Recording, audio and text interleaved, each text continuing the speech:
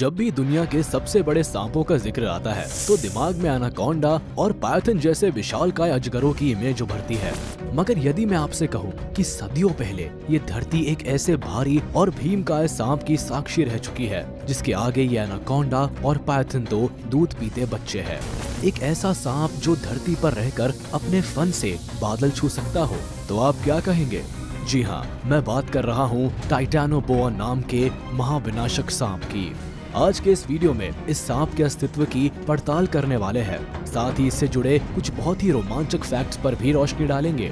आप बस वीडियो को छोड़कर कहीं जाइएगा नहीं, ये वीडियो आपके रोंगटे खड़े कर देने के लिए तैयार है। टाइटैनोबोआ स्नेक।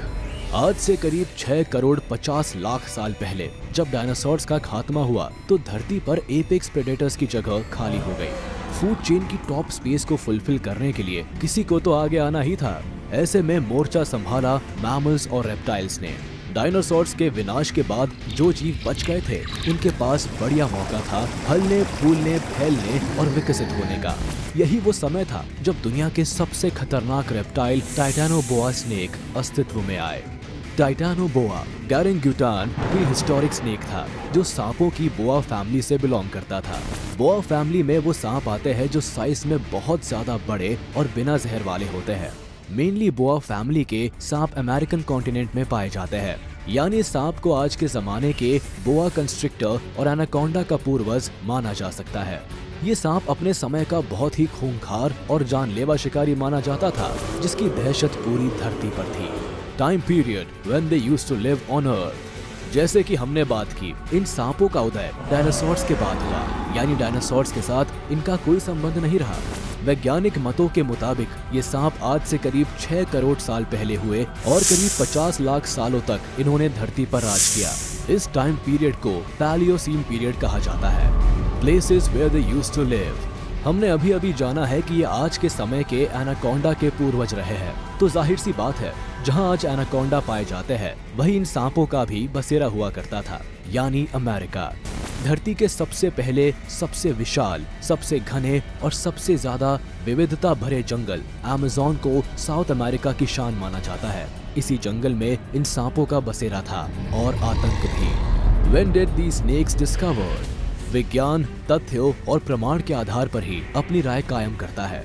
ऐसे में जाहिर है टाइटैनोबोआ के अस्तित्व के प्रमाण भी कहीं न कहीं मिले ही होंगे। जी हाँ, जरूर मिले।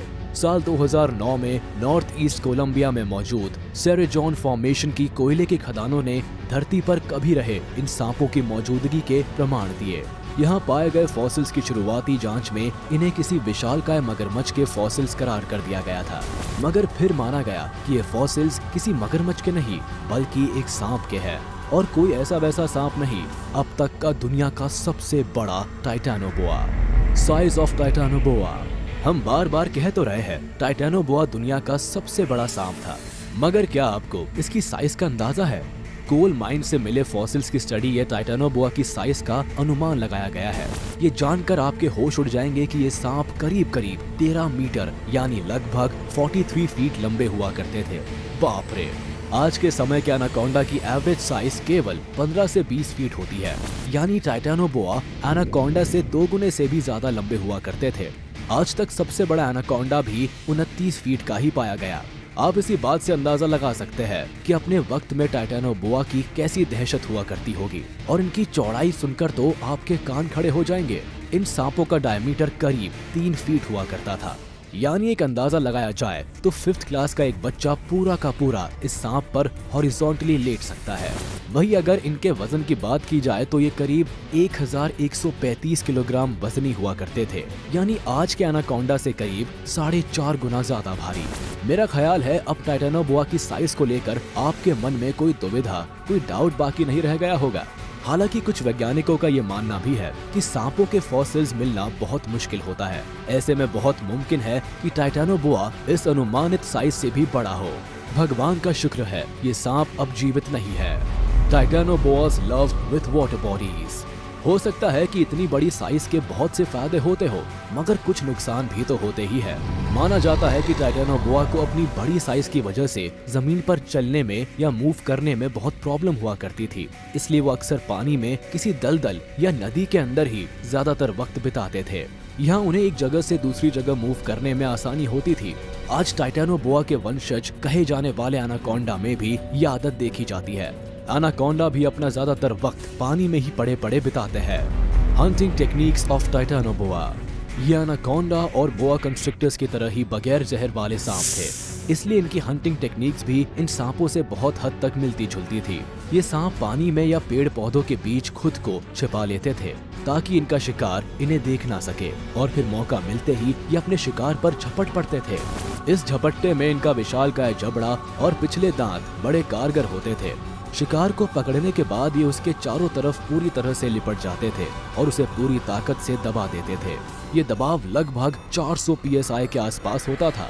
इतना प्रेशर किसी भी जानवर की हड्डी का पाउडर बनाने के लिए काफी है। क्रशिंग की इस प्रोसेस को कंस्ट्रिक्शन कहा जाता है। ये सांप कंस्ट्रिक्शन की इस प्रोसेस को तब तक जारी रखते हैं जब तक कि शिकार की दम घुटने से या हार्ट बीट रुकने की वजह से मौत ना हो जाए। जब शिकार सांस लेना बंद कर देता था तो ये अपना बड़ा सा जबड़ा खोलकर उसे साबुत यानी पूरा का पूरा निगल जाते थे। मॉडर्न डे के एनाकोंडा और बोआ कंस्ट्रिक्टर भी शिकार का यही तरीका अपनाते हैं। Diet of Titanoboa. जितना बड़ा इस सांप का आकार है उस हिसाब से जाहिर है इसकी डाइट भी बहुत ज्यादा होती थी। जैसा कि हमने बात की, ये ज्यादातर वक्त पानी में ही बिताते थे। ऐसे में इनके शिकार भी मेनली मरीन क्रिएचर्स ही हुआ करते थे। बड़ी मछलियाँ, रेप्टाइल्स और क्रोकोडाइलोमॉर्फा जैसे जीव इनके शिकार की लिस्ट में शामिल रहते थे। क्रोकोडाइलोमॉर्फा उस वक्त के बहुत बड़े बड़े क्रोकोडाइल हुआ करते थे जो आज के क्रोकोडाइल्स की तुलना में कई गुना बड़े थे। How did Titanoboa grow so big? जैसा कि हम जानते हैं कि रेप्टाइल्स कोल्ड ब्लडेड क्रिएचर्स होते हैं। टाइटैनोबोआ भी इनसे अलग नहीं थे, और आज के मौजूद कोल्ड ब्लडेड क्रिएचर्स के बारे में स्टडी करने पर पता चलता है कि ऐसे क्रिएचर्स की साइज और एक्टिविटी उनके माहौल के टेम्परेचर पर डिपेंड करती है। दरअसल कोल्ड ब्लडेड क्रिएचर्स हम इंसानों की तरह अपने शरीर के टेम्परेचर को कंट्रोल नहीं कर सकते। यानी अगर बाहर का टेम्परेचर ज्यादा है तो इनका शरीर गर्म होने लगता है, और अगर बाहर का टेम्परेचर कम है तो इनका शरीर ठंडा होने लगता है।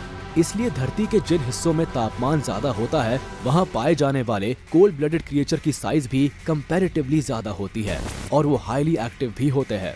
अगर इसे हम धरती के ग्लोब से समझने की कोशिश करें तो आप देखेंगे कि इक्वेटर के आसपास दुनिया के ज्यादातर बड़े कोल्ड ब्लडेड क्रिएचर्स रहते हैं, क्योंकि यहाँ टेम्परेचर सबसे ज्यादा होता है।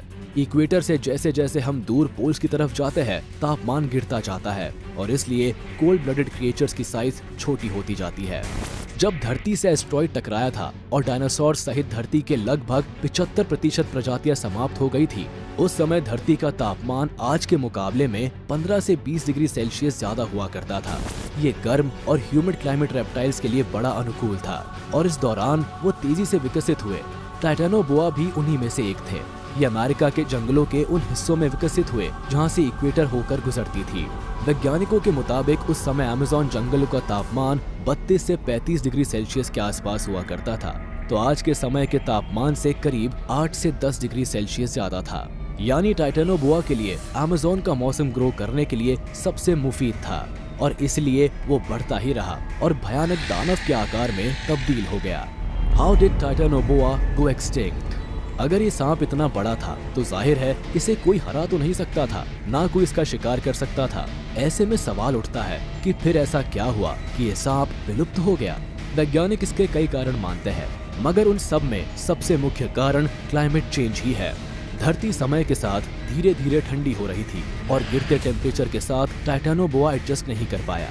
बढ़ती ठंड इस सांप की सबसे बड़ी समस्या बन गई, और धीरे धीरे टाइटैनोबोआ का अस्तित्व इतिहास में विलीन हो गया। हालांकि कुछ वैज्ञानिकों द्वारा सुझाई गई थ्योरी के मुताबिक इस बात की आशंका जताई जाती है कि टाइटैनोबोआ और इस तरह के दूसरे रेप्टाइल्स का फिर से उदय हो सकता है, क्योंकि ग्लोबल वार्मिंग की वजह से धरती का टेम्परेचर एक बार फिर बढ़ रहा है। अगर तापमान इसी तरह से बढ़ता रहा तो मौजूदा रेप्टाइल्स की साइज और एक्टिविटीज भी बढ़ती जाएंगी, और हो सकता है कि दुनिया एक बार फिर टाइटैनोबोआ का कमबैक देख सके।